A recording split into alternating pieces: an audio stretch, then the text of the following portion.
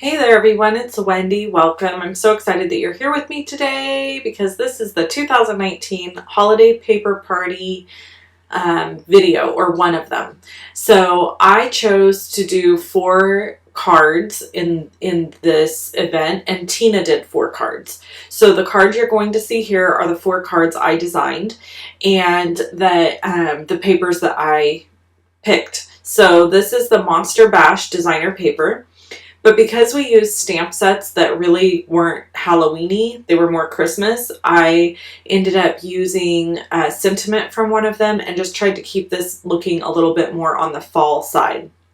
So I've got a piece of early espresso cardstock here, and it is cut at 4 by 5 1/4, and your PDF will share all this information.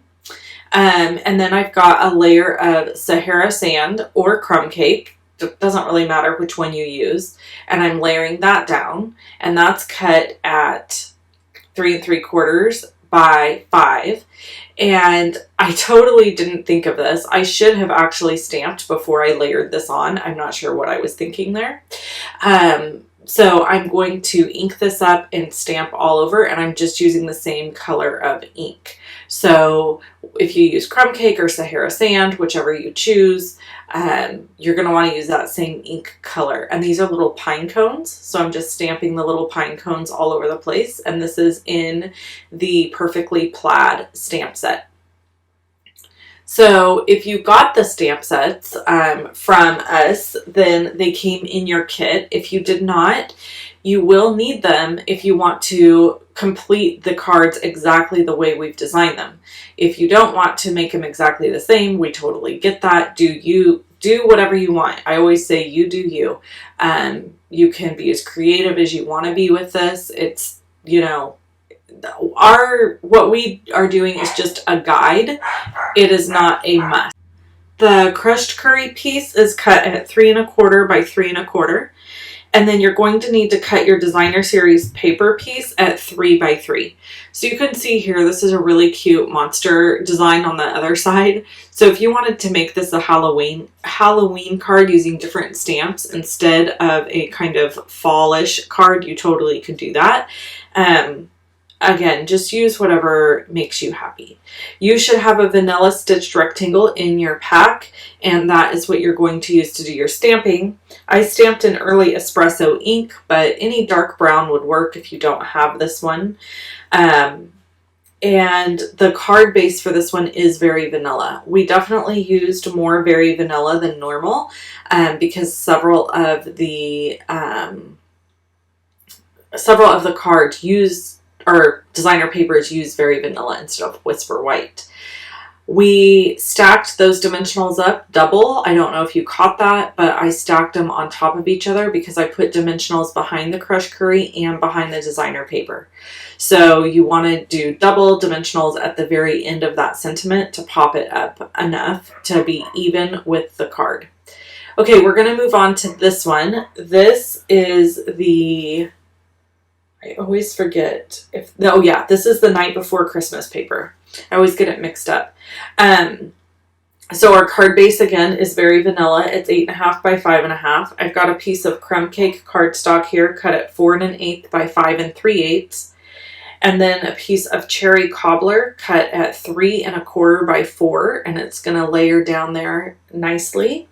And then the designer series paper is cut at 2 1/4 by 5, and you need that measurement because you need to be able to cut this piece out. And then you've got another crumb cake piece cut at 1 1/2 by 5, and Vanilla Story label punch, which should have come in your kit, along with 2 Mossy Meadow trees in case you were one of the people that did not purchase the bundle. We wanted you to have those trees and be able to finish this card. So I'm stamping in cherry cobbler ink the Merry Christmas sentiment, which I absolutely love this sentiment. I love the script writing. And then we're going to use the trees to add that. As a gift from me, if you purchased the share through me, you got a half a pack of rhinestones. And that was just a little freebie from me. So that you can use to decorate your trees up with rhinestones. That's what I did. I felt like they were just too flat without them, and I needed a little bling on this card. So I went ahead and stuck rhinestones all over the place.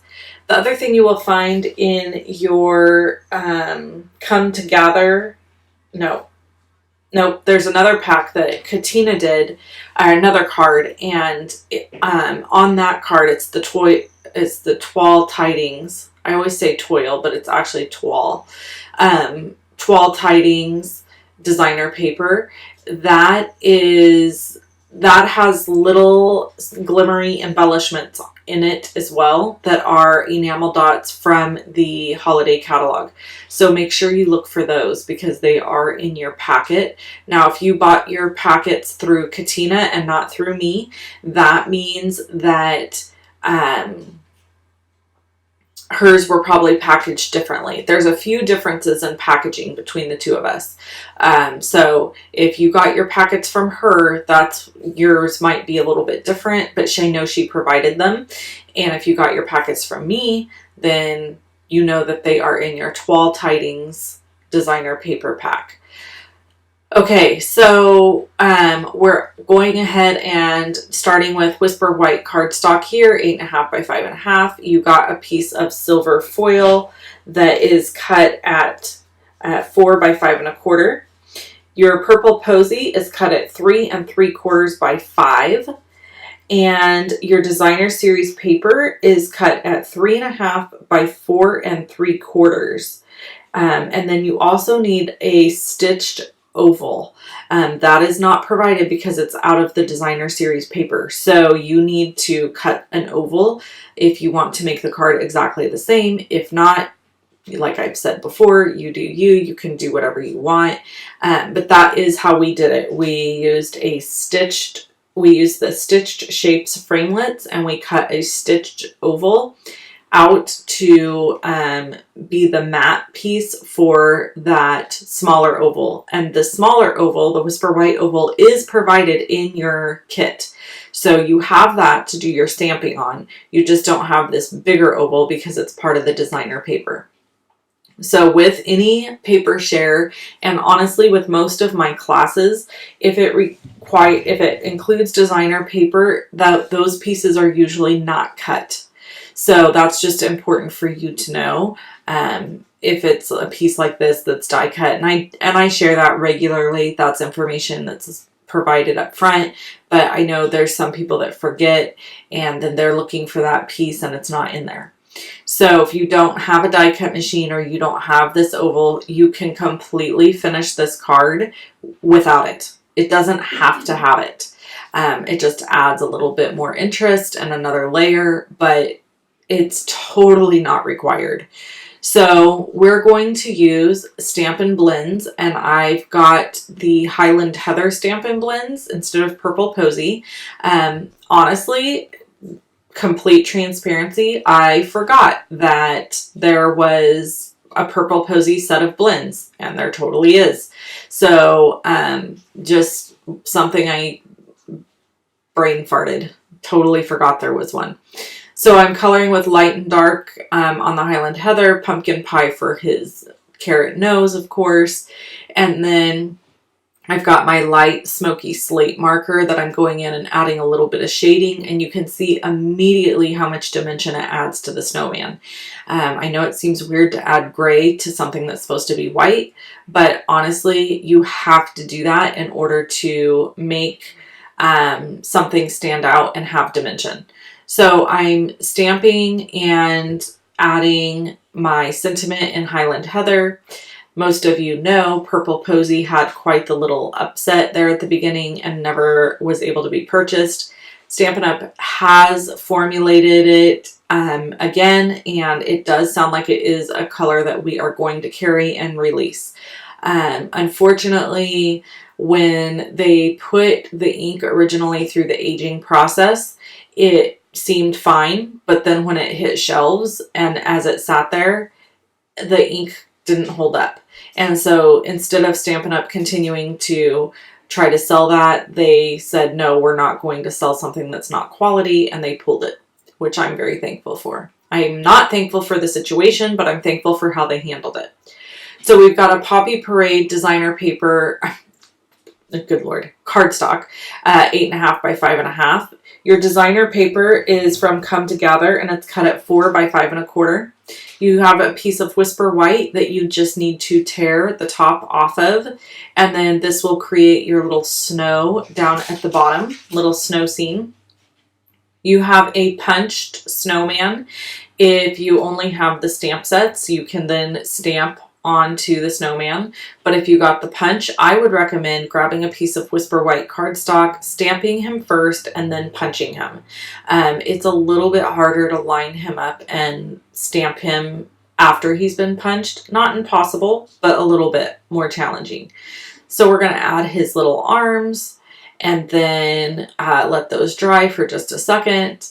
And then we're going to add his hat and we're going to layer him onto this. I think actually we layer him first and then we add the hat. So he goes down very nicely, and you may notice that I have not colored him yet. I chose to color him after I put him on the card. That's a little risky, I'm not going to lie, because if you mess it up, then you got to figure out how to pull him back off of there and redo it. So unless you're really confident in your coloring skills, I would not recommend doing it this way. So do as I say, not as I do. I feel pretty confident in my coloring skills. I've been coloring for a really long time, and I felt like anything, if I messed it up, I could fix it. So I added his little top hat with a little bit of glue, and then I went in with Pool Party and I colored his little band, which really isn't very easy to see here. And then Poppy Parade for those little berries on the holly berries. And then coarse Granny Apple Green for the leaves. I love Granny Apple Green. It's one of my very favorite colors. And so we did that. And then we have to go in and color his top hat. Now, and his nose is going to be pumpkin pie. For his top hat, I went with more of a dark gray versus a black.